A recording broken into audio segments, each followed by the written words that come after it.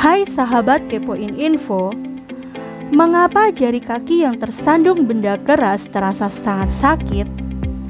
Apakah sahabat-sahabat Kepoin Info pernah tersandung benda keras, misalnya seperti kaki meja atau daun pintu? Bagian jari kaki yang tersandung benda keras itu biasanya terasa nyeri. Padahal jika bagian tubuh lain yang terkena benda keras dengan tidak sengaja, biasanya tidak sesakit jika jari kaki tersandung benda yang keras. Kok bisa begitu ya? Ternyata ada penjelasannya loh sahabat Kepoin Info.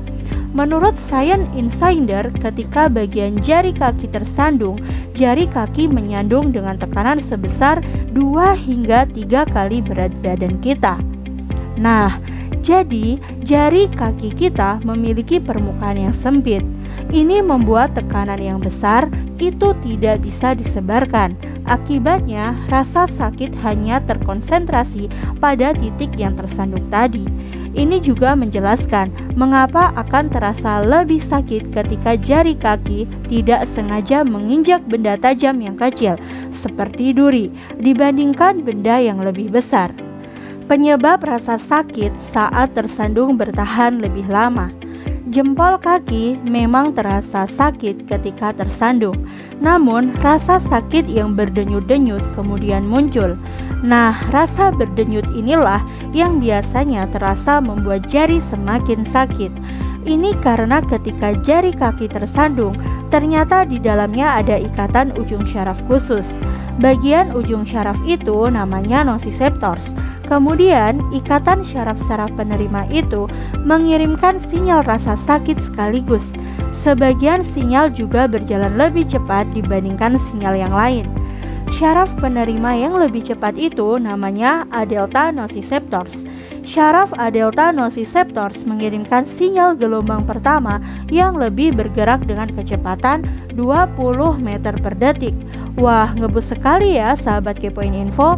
Sinyal yang cepat itu dikirimkan melalui jaringan syaraf itu akhirnya sampai ke otak dengan segera. Kiriman sinyal itu yang membuat seseorang yang tersandung kakinya merasakan sakit di waktu kakinya tersandung. Tapi jangan lupa bahwa ada syaraf penerima yang mengirimkan sinyal dengan gerakan lebih lambat, yaitu C nociceptors. Sinyal dari saraf C nociceptors bergerak sekitar 2 meter per detik. Namun, sinyal inilah yang baru sampai sesaat setelah rasa sakit yang pertama. Akhirnya, setelah tersandung, sensasi nyeri berdenyut pun bertahan lama. Saraf nociceptors di tubuh. Di tubuh sebenarnya ada saraf penerima nociceptor yang lainnya. Namun, saraf penerima nociceptor yang paling padat ada di bagian tubuh, seperti ujung-ujung jari kaki dan tangan, dan juga bibir.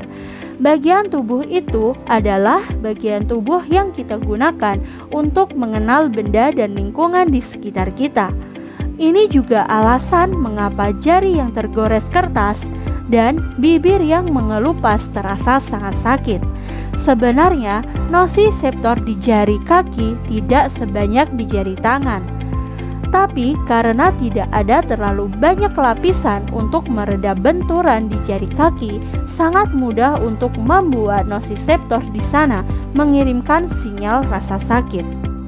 Rasa sakit yang berguna bagi tubuh.